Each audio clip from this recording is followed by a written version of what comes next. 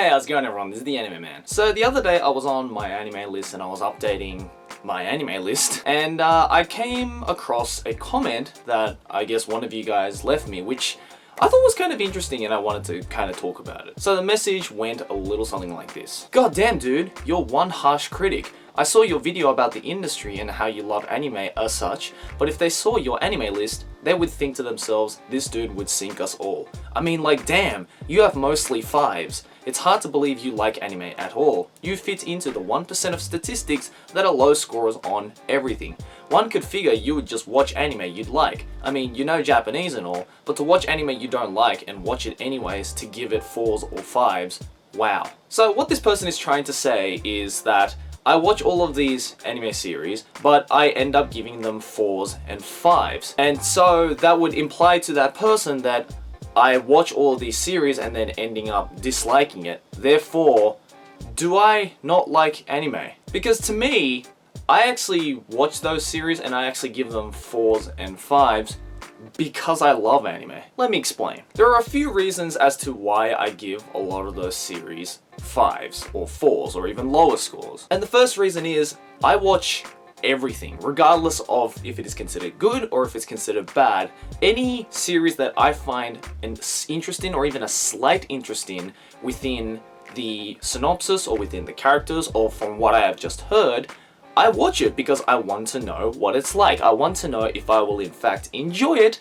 or if I won't enjoy it. I give everything a go. And since I give everything a go, it's not guaranteed that it's going to be a good anime because I literally give everything a go. I also watch everything, especially within the currently airing season, as to get a general idea as to what that particular anime season is going to be like, since I do seasonal reviews as well as individual reviews, although I don't do them so much anymore. And as much as I love watching anime, what I love more than anything is to critique and review anime. Not only critiquing and reviewing single series, but critiquing and reviewing anime in general. And in order to critique or discuss anime in general, you need to be able to see the good side of anime, but also the bad side of anime. If you only saw the good side of anime, then there's not much you can critique because you wouldn't have any idea what makes an anime bad and vice versa. And I do this because I love anime. Like, if I didn't enjoy critiquing and reviewing anime, I wouldn't go out to watch these terrible series because I'd just be like, oh, I just want to enjoy myself. I don't really care. As long as I enjoy it, I don't care. But I want to go a little step further. Like most people who watch anime, I'm sure the majority of you guys are like this, you guys watch anime because it's fun. You guys want to watch all the awesome series because you want to have a fun time watching anime.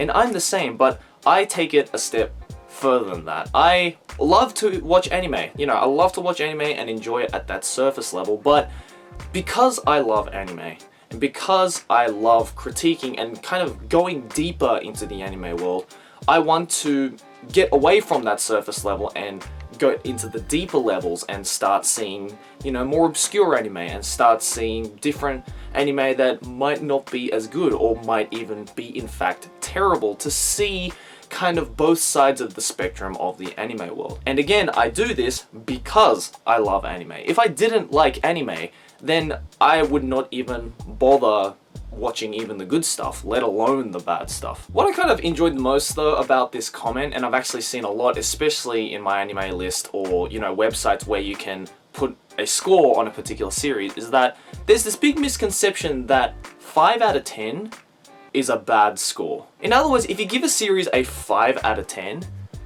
it's a bad anime, which is absolutely not the case. Because 5 out of 10 is an average anime. It's not good, but it's not bad.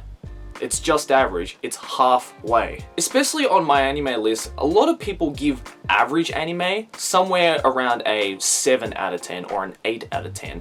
And the people who enjoyed it give it maybe a 9 out of 10, and the people who absolutely love it give it a 10 out of 10. But that's not how the scoring system works in my opinion. Like, in my opinion, if it was like an average anime. It wasn't fantastic, but it wasn't terrible. I give it maybe a 5, sometimes even a 6. If it's a little worse than I thought, or there wasn't really much to write home about, I give it maybe a 4. Sometimes I'd be a little bit lenient and give it a 5. In my opinion, in order for a series to get somewhere like a 7 or an 8, I really need to have enjoyed it, and I really need to see that there aren't any major flaws, or there aren't many large numbers of minor flaws that will result in the series getting an average score. And I can do this because I have seen both ends of the spectrum. I have seen what I consider a masterpiece, a 10 out of 10 or a 9 out of 10.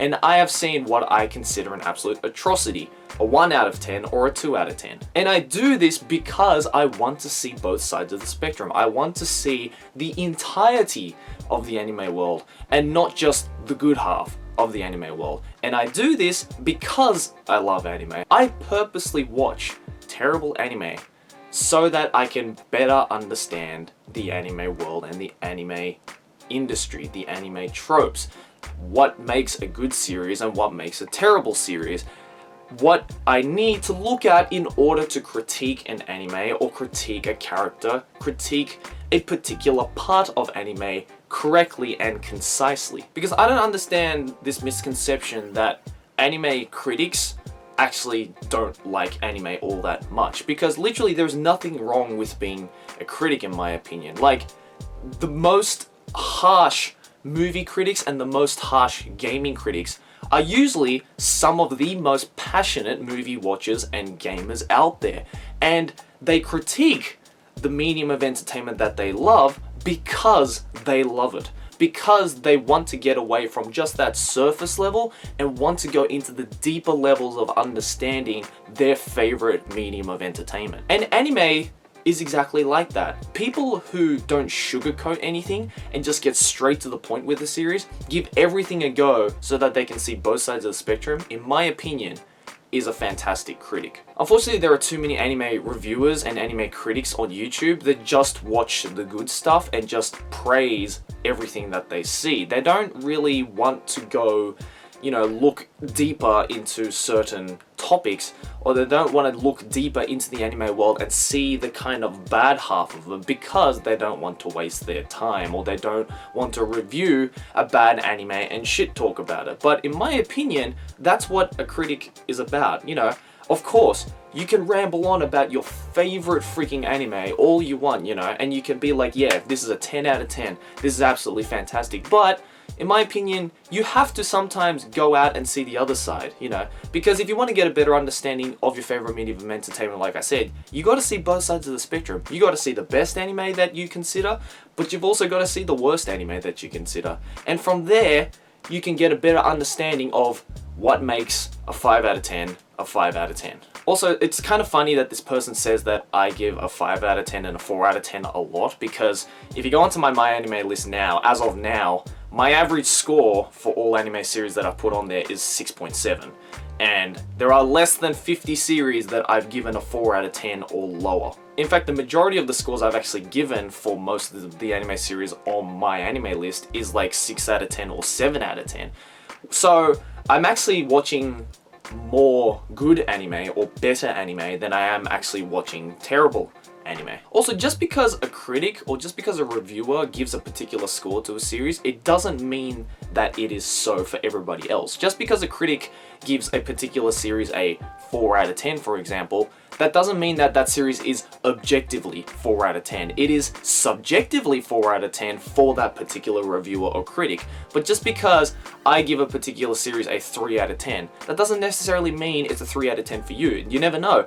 A 3 out of 10 for me might be a 7 out of 10 for you, and a 5 out of 10 for me might be a 10 out of 10 for you. It's just a way that we see it differently, because usually based on the amount of anime that we have seen collectively. I'm able to give these lower or harsher scores to particular series because I have this back catalog of all these really good anime that I've seen and all this really bad anime that I've seen, and I have analyzed and critiqued those series to see what points made that series bad or what points made that series good, and from there reflect on the general points to the series in question and from there deduce a score. There are so many times where the first time around I've given a score to a series, and then after watching, you know, a year's worth of anime, I have actually gone back to that series, watched it again, and been like, hey, that wasn't as good as I thought it originally was. Or I look at a series that I thought was really crap at first, and then go watch all these other terrible anime series and be like, hey, you know what? That wasn't as bad as I thought now that I look at it deeper. And to me, that's what makes critiquing anime and reviewing anime fun. Because, of course, I get to enjoy the ride while it lasts, but it's also fun even after that series ends. It's also fun to dig around that series and be like, okay, what made this good?